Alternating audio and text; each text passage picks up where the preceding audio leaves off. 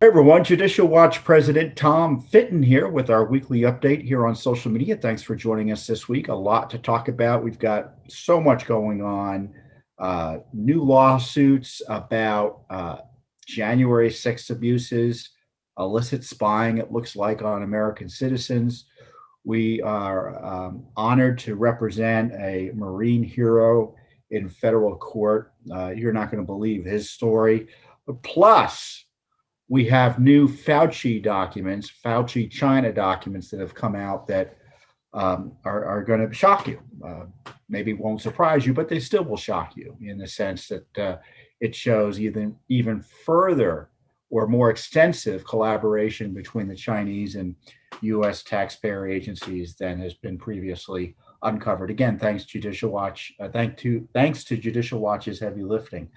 First up, though, I want to talk about this new Trump lawsuit. He filed a lawsuit. He is the lead plaintiff. It's a class action lawsuit against big tech over the censorship and suppression of him and other American citizens. There are named plaintiffs in some of the cases. And of course, then there's this broader class. I guess I would be a member of the class, and you might be a member of the class. Judicial Watch might be a member of the class in terms of being victimized improperly by big tech. And one of the arguments he makes in the lawsuit, and I'm glad he's pushing this, because what you see is the lawsuit is announced, but then all these lawyers come in who hate Trump or just being lawyers and just being difficult and start shooting spitballs at the lawsuit. And I know that's always been the case. That we've seen that with Judicial Watch lawsuits. You file aggressive lawsuits, and there's always a lawyer who will complain about it. And if they're partisans, they doubly complain. The lawsuit alleges that these companies essentially are avatars of the government, and they've been coerced or operating essentially as agents of the government in the censorship. And that is, I think, fundamental to the challenge. And what I like about that is it comports with what Judicial Watch has uncovered, because you may recall just last week and in weeks previously, I've talked about Judicial Watch Freedom of Information Act requests and litigation in California and Iowa that show, let's say specifically in California, the California Secretary of State intervened in the election, in my view, to get Judicial Watch censored off of YouTube. There was a YouTube video discussing concerns we had about the elections, and Judicial Watch litigation about it.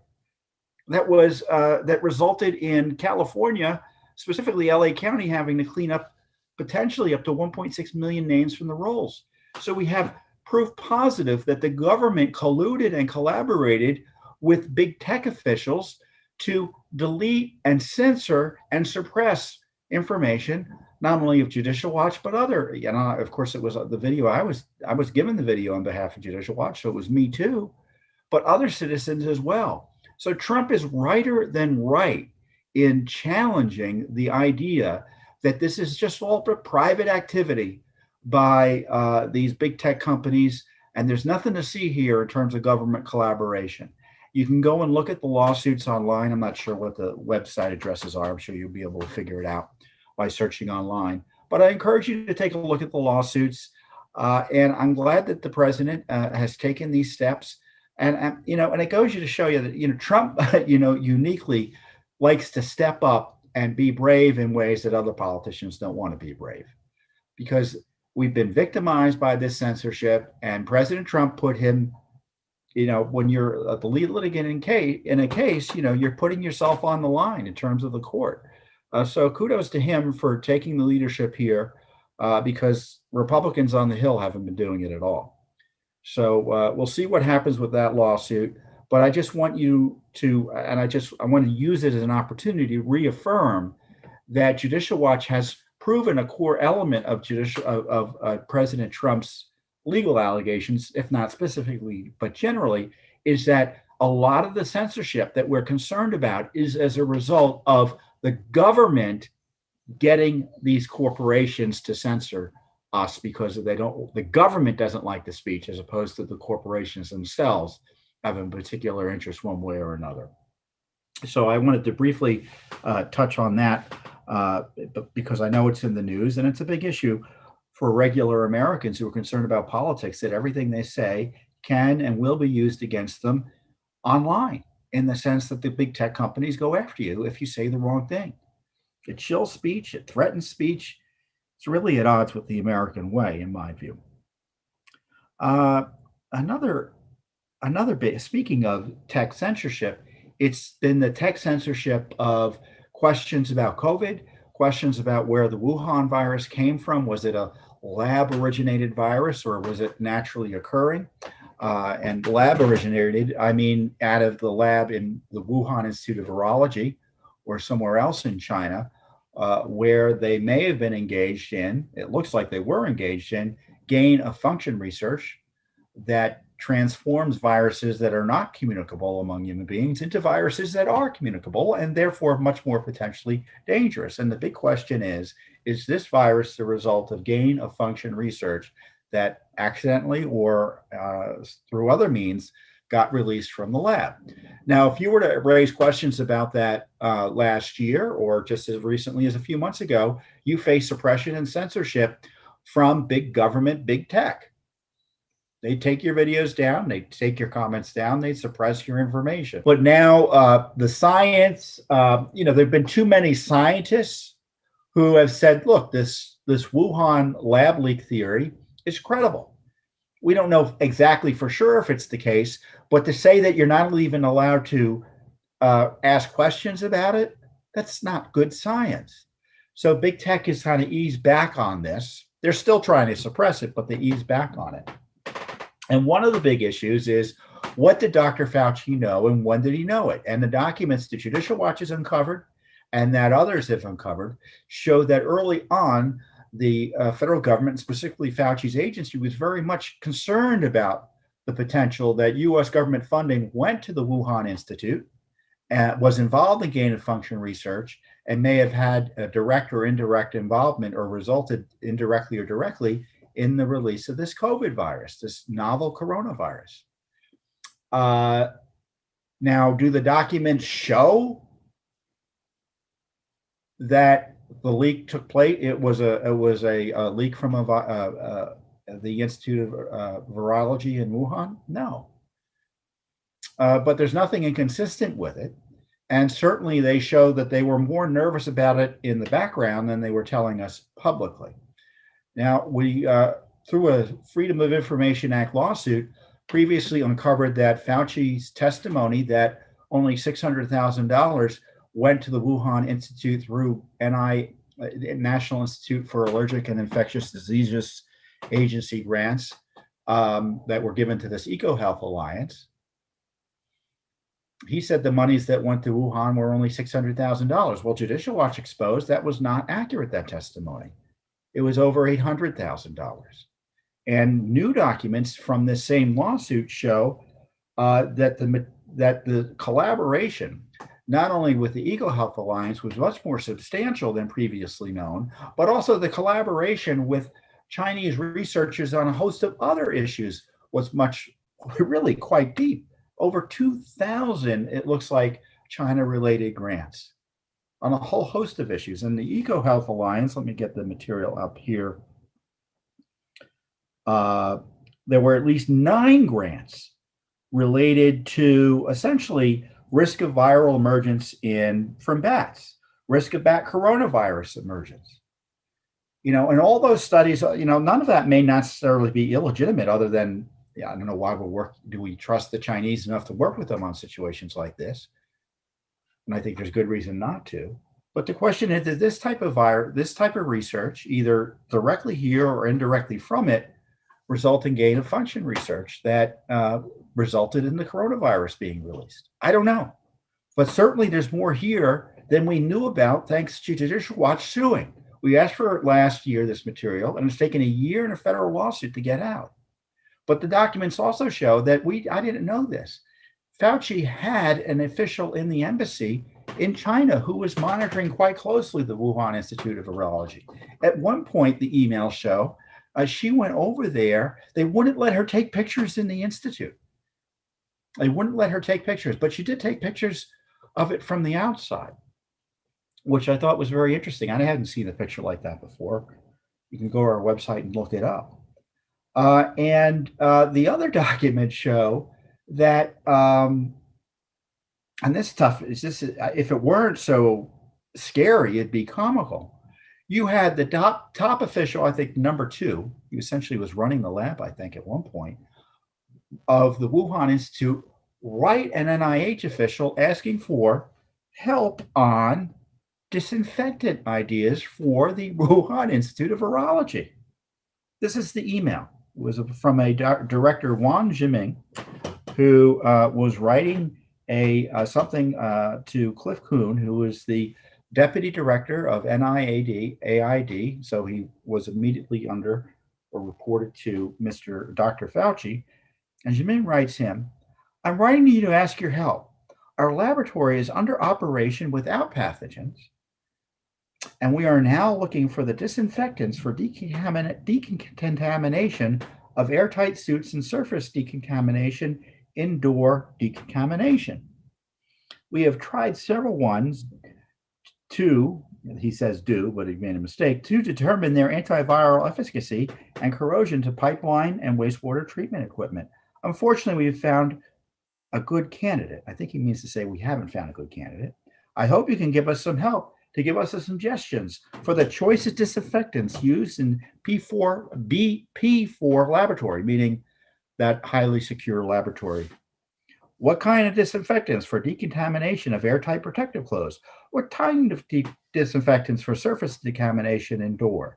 What kind of disinfectants for air decontamination indoor? What kind of disinfectants for infectious materials indoor? What is the approval procedure for the choicest disinfectants in laboratory? I'm sorry to disturb you, and I really hope you can give us some suggestions and comment.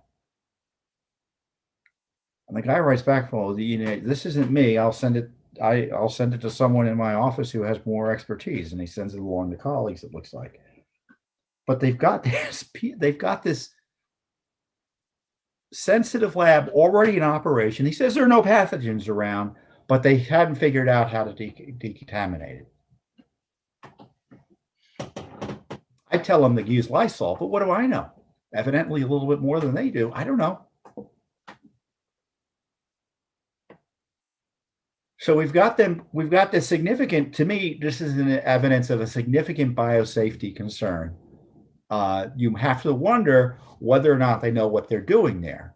Did it stop us from working with them? No. When you look at the emails here, it's pretty clear our people in China were very concerned about what was going on in the Wuhan Institute. They wanted to know what was happening. There's redacted material about what they were concerned about or what was happening there. And as I said, they were trying to take pictures on the inside.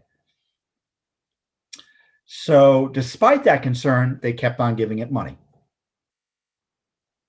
Or maybe it was because of that concern they gave it money, so they'd have a way of figuring out what they were doing. I don't know. But this is material that is of worldwide interest. It shows over 2,000 research grants tied to China. 2,000. I don't know about you. I'm suspicious of that level of of coordination.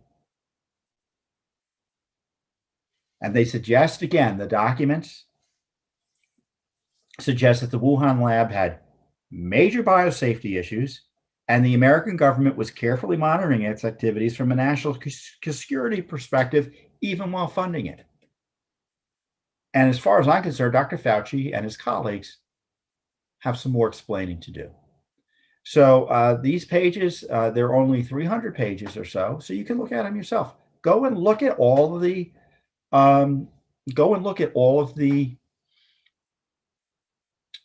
funding. It's listed. I don't think the numbers are there, so they didn't give us the numbers. At least they haven't given them to us yet. But you can look at the emails. You can see what was going on behind the scenes with respect to the Wuhan Institute and our relationship with China biohazard research. I don't know what you want to call it, viral research. It's Pretty extraordinary. It was deep.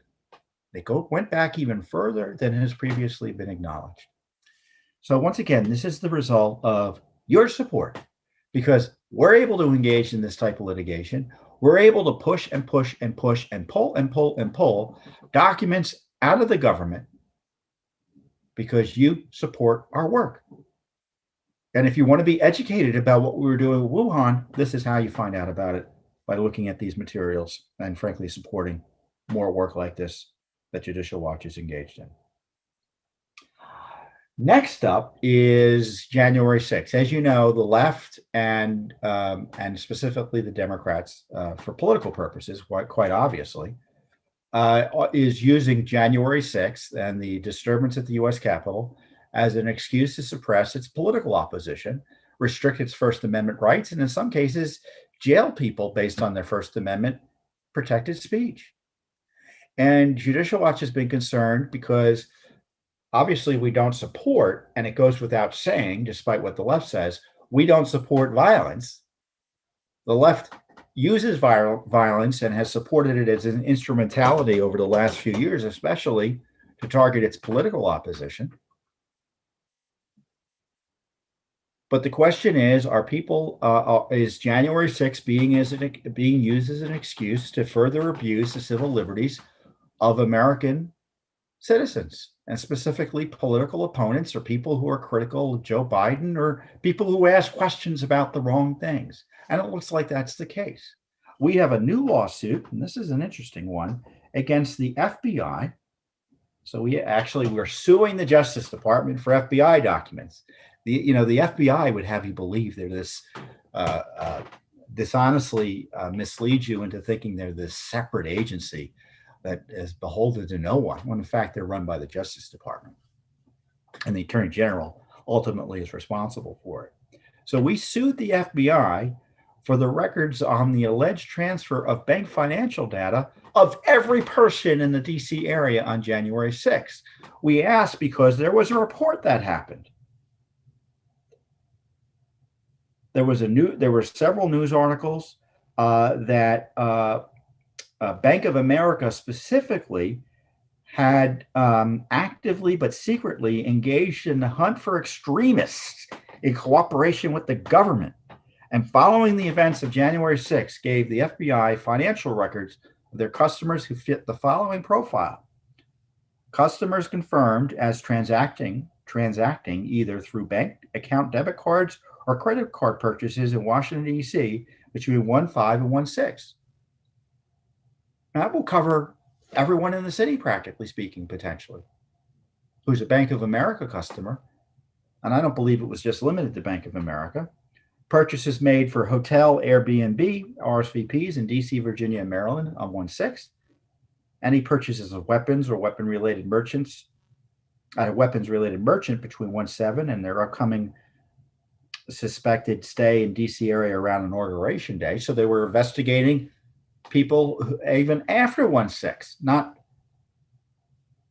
because they'd done anything there. It's just they wanted to know who was purchasing guns as a dragnet. And of course, airline-related purchases since 1/6. So we asked for documents about that. That's pretty extraordinary. Did the bank do it because the FBI requested? Some reports suggest that there was no subpoena, there was no, quote, letter, national security letter or otherwise, requesting this information. There was this data dump.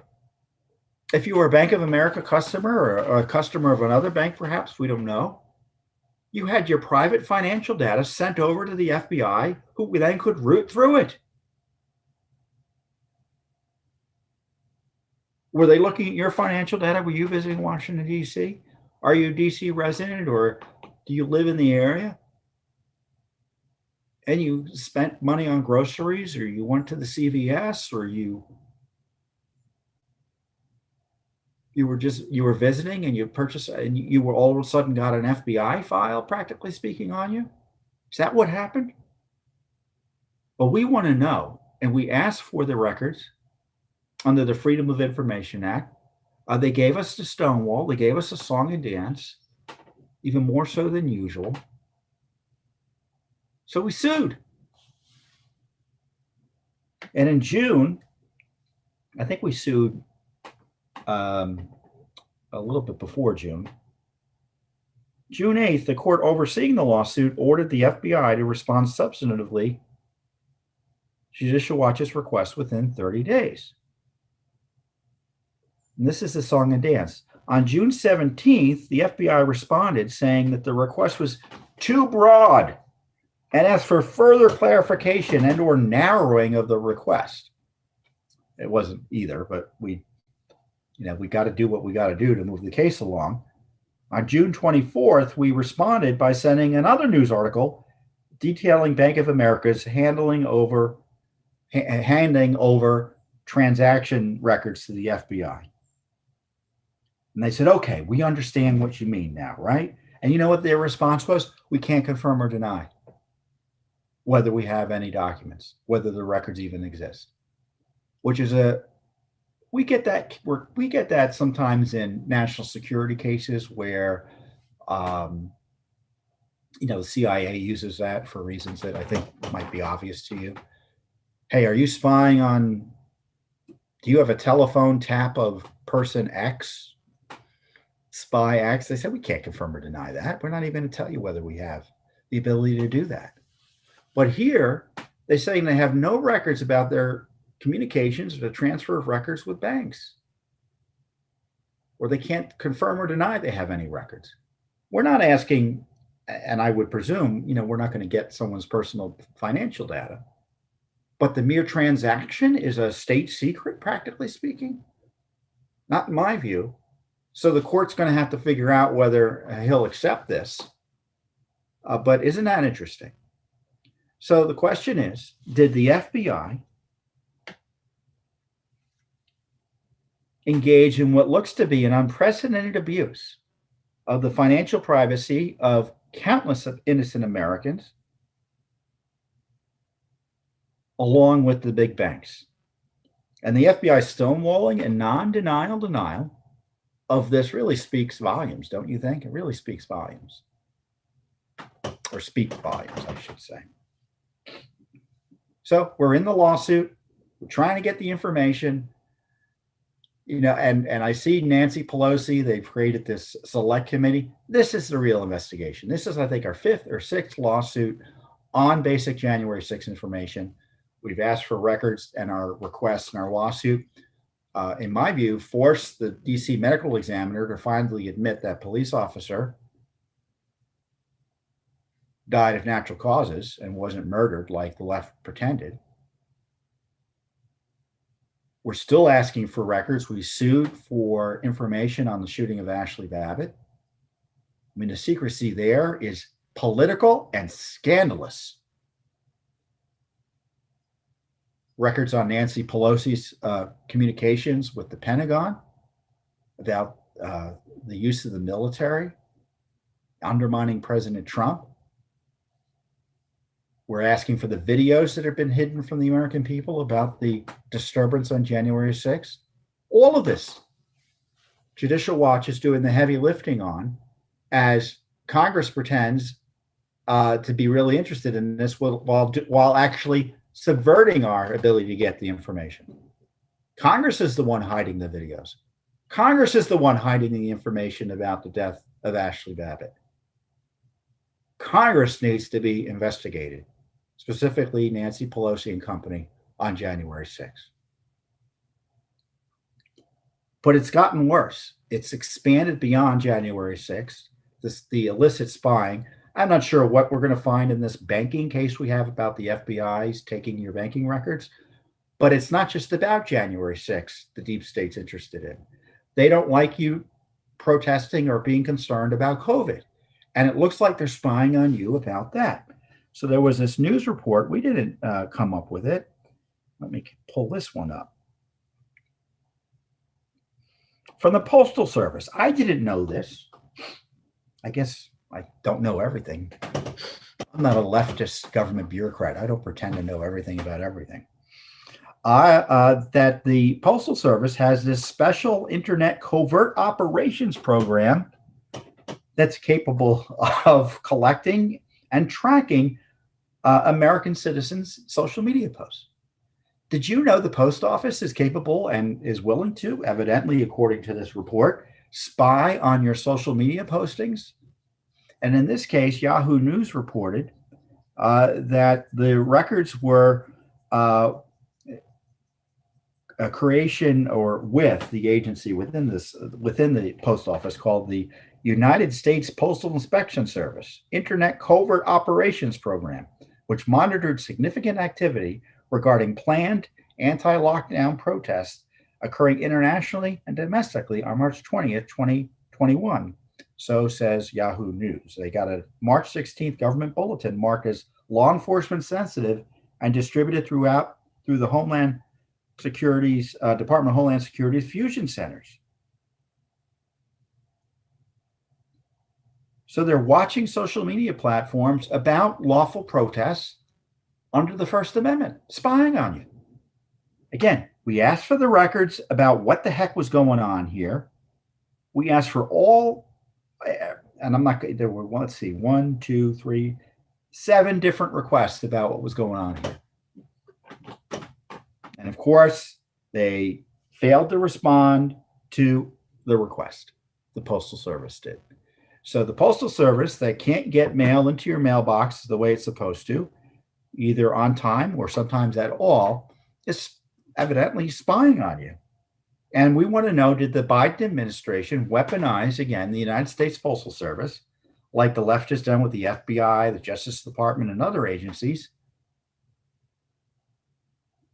to improperly spy on Americans? That's what this FOIA lawsuit's about.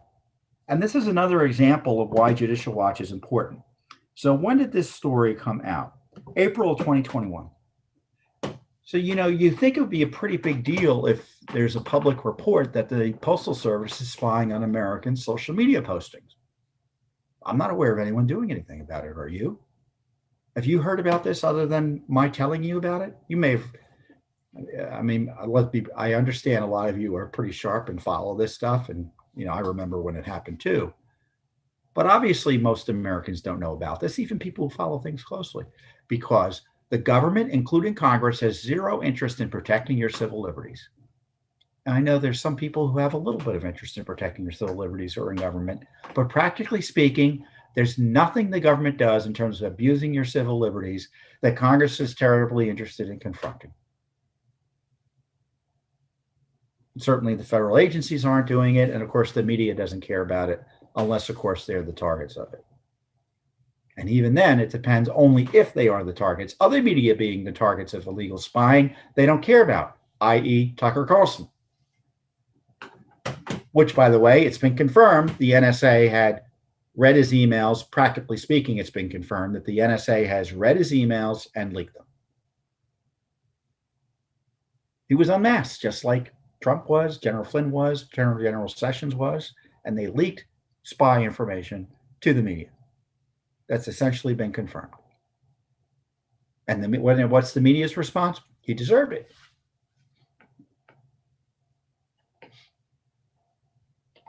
I'll say it once and I'll say it again. The left doesn't care about the Constitution. The left doesn't care about your civil liberties. They see those civil liberties as a tool sometimes to get what they want, to protect themselves. But when it comes to it being broadly applied to everyone in the United States, they don't believe in that. They don't believe we have the same rights. Their political opponents have the same rights or any rights under the Constitution. They don't believe it. They'd be willing to jail and worse their political opponents. I mean, I've always thought that generally about the kind of the moderate left, but now you've got this rising communist left throughout the land that is threatening our republic. And because no one's been punished, practically speaking, no one's faced any jail time, let alone a significant grand jury questioning session. They're just continuing to do it, and in fact, it's getting worse. So you don't need to worry just about the FBI, dear citizen. You need to worry about the post office spying on you as well. All because you object to lockdowns and may want to go to a protest here and there. Unbelievable. I guess it's not unbelievable, but it is outrageous. And I am glad we are doing it. I tell you, this is why I love Judicial Watch. Because we all see these stories, right? And we get outraged and so what you can do about it? Well, we can at least try to figure out what went on and maybe pressure them to stop it by shining the light on it. Because they'll never stop if we don't know what they're up to. And if it weren't for Judicial Watch, none of this would come out. I guarantee it. I guarantee it. So as you know, Judicial Watch sues government agencies to get access to records. We sue government agencies to stop misconduct and to protect our elections and to expose what's going on. You name it, Judicial Watch does it. That work also includes representing victims of government abuse. And we have one new case that I think is going to be very interesting to you. We're representing a retired Marine Major, Fred Galvin, who is an American hero. There's no way to say it other than he's a gosh darn American hero. And he's been wrongly denied what we technically call a retroactive promotion, despite his being a hero. And we're in federal court for him. So that's the headline. What went on behind the scenes, or what happened to him and his colleagues, is going to set your hair on fire. Now, Major Galvin was the commander of an elite U.S. Marine Corps Special Operations Unit that was falsely accused of war crimes in Afghanistan. So Afghanistan's in the news. Biden's taking our military out of Afghanistan. But this is one of the stories of Afghanistan. It's the politicians who, when our troops are doing their job, abandon them to the bad guys, practically speaking. And he was accused of war crimes, and he was fully exonerated over 12 years. 12 years later. The incident occurred in 2007. He was hung out to dry, and it wasn't until 2019 that he was exonerated, but he was still denied, as I said, his retroactive promotion to lieutenant colonel by the Marine Corps in 2020, despite an otherwise magnificent service record. So this is the story. On March 4th, 2007, Galvin and 29 members of the Marine Special Operations Company, Fox Company, the first combat unit of the U.S. Marine Corps, the U.S. Marine Corps Forces Special Operations Command, MARSOC. So remember, the Special Operations Forces, that's kind of, it's semi-new, right? I say semi-new. I know it's a long time. It's almost 20 years now since they've started being effectively used. But 2007, prior to that, they didn't have something like that, at least in the Marine Corps. And he was the first commander of the first combat unit. So that tells you what his colleagues thought of his leadership ability. And they were going through the Afghan village of Badikot, K-O-T. It's near the Pakistan border. They were in a convoy. And a suicide bomber driving a fuel and explosive packed van approached the convoy at a high rate of speed. The van detonated. Then fighters of both sides of the road opened fire on the convoy. Fox Company fought back and escaped, returning to their base with only one minor casualty. So thank God for that. The Afghan government, though, numerous media outlets, and others falsely accused Major Galvin and the unit of war crimes in responding to the attack. And even in the U.S. military, after a horribly flawed investigation, called for Galvin and 6 other Marines be charged with dereliction of duty and negligent homicide. Major Galvin was relieved of command, and Fox Company was redeployed out of Afghanistan. But Major Galvin and Fox Company were eventually exonerated by a court of inquiry that, in a historic finding, found the Marines acted properly and instead faulted both the Air Force colonel who investigated the incidents and senior U.S. military leadership. The Court of Inquiry also found that the Air Force colonel's findings and conclusions ran counter to the weight of the evidence and faulted senior U.S. leaders for being unable or unwilling to respond appropriately to what was described as an enemy information operation. Again, falsely accusing U.S. troops, in this case, Marines, who were just doing their job and defending themselves, of engaging in war crimes.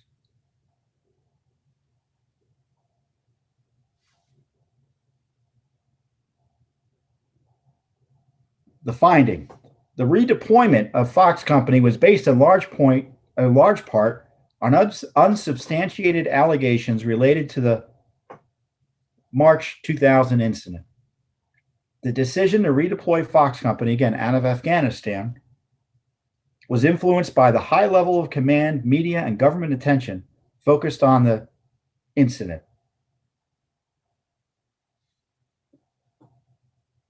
So he was railroaded.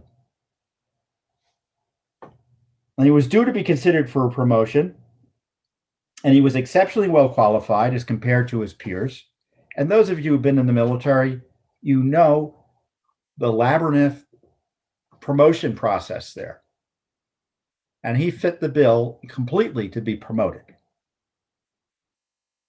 And they did not select him for promotion, and he was forced into retirement. In 2019, a U.S. Navy panel ordered that adverse fitness reports be removed from his file. I mean, not only did they go after him on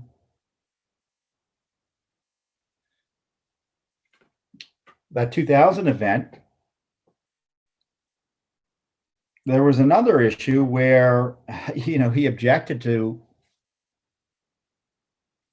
someone wanting to, I don't want to overstate it, but essentially drop bombs in a dangerous manner near and around our troops and civilians. And it turned out he was right to complain and was worried about what was going on there.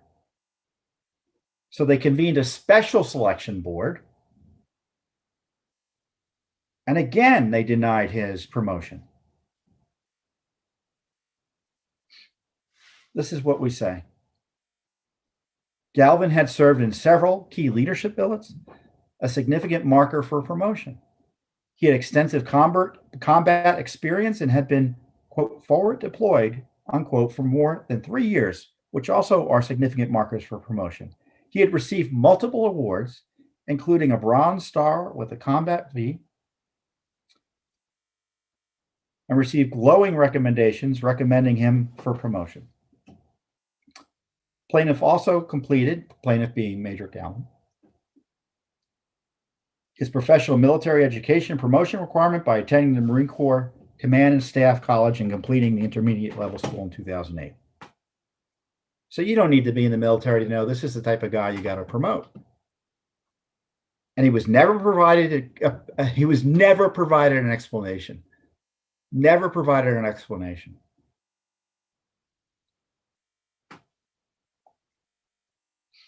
There was never any attempt to make a rational connection to the facts found and the choices made as to why he wasn't promoted. So, I'm giving you the summary version of this, but can you imagine being Major Galvin and the men under him who served, what they went through? It's now 2021, and they still, at least specifically Major Galvin, still being hung out to dry, still being abused by the military leadership. And this is the comment I made in the press release, and I feel strongly about this. The Pentagon's continued refusal to promote Major Galvin is an absolute disgrace. The American hero that Galvin is, he gave years of his life and his good name to serve our country selflessly, and has been denied a well-deserved promotion because of anti-military politics, false narratives, and the cynical choices of his superiors. Judicial Watch is honored to go to court on behalf of Major Galvin, a brave warrior and patriot who first and foremost acted to protect the lives of the soldiers under his command.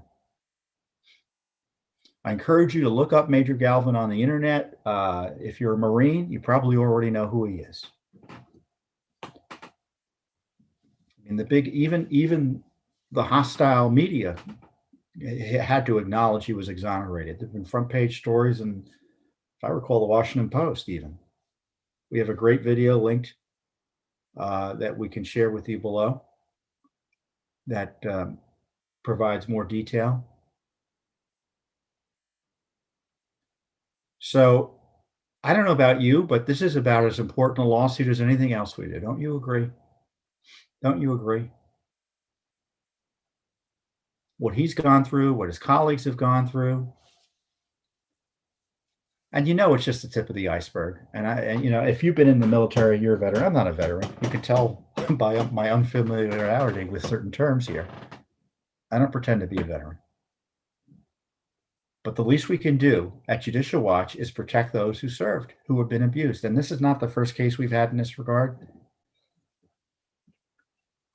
We represented someone, we represent someone else, but now we're essentially his estate, really,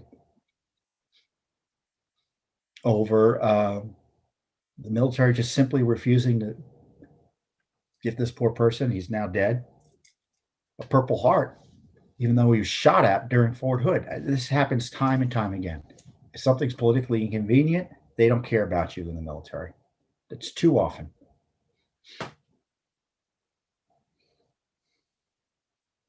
So this is a big case. That's an important case. It's about the way we treated our people in Afghanistan and how we allowed our enemy essentially to dictate how we treat our people in Afghanistan. Inexcusable, unacceptable, and the abuse still continues. And so we're proud to be in court representing him now. So that being said, there's a lot going on. More is coming. Thank you for your support of Judicial Watch, and I'll see you here next week on Judicial Watch's Weekly Update.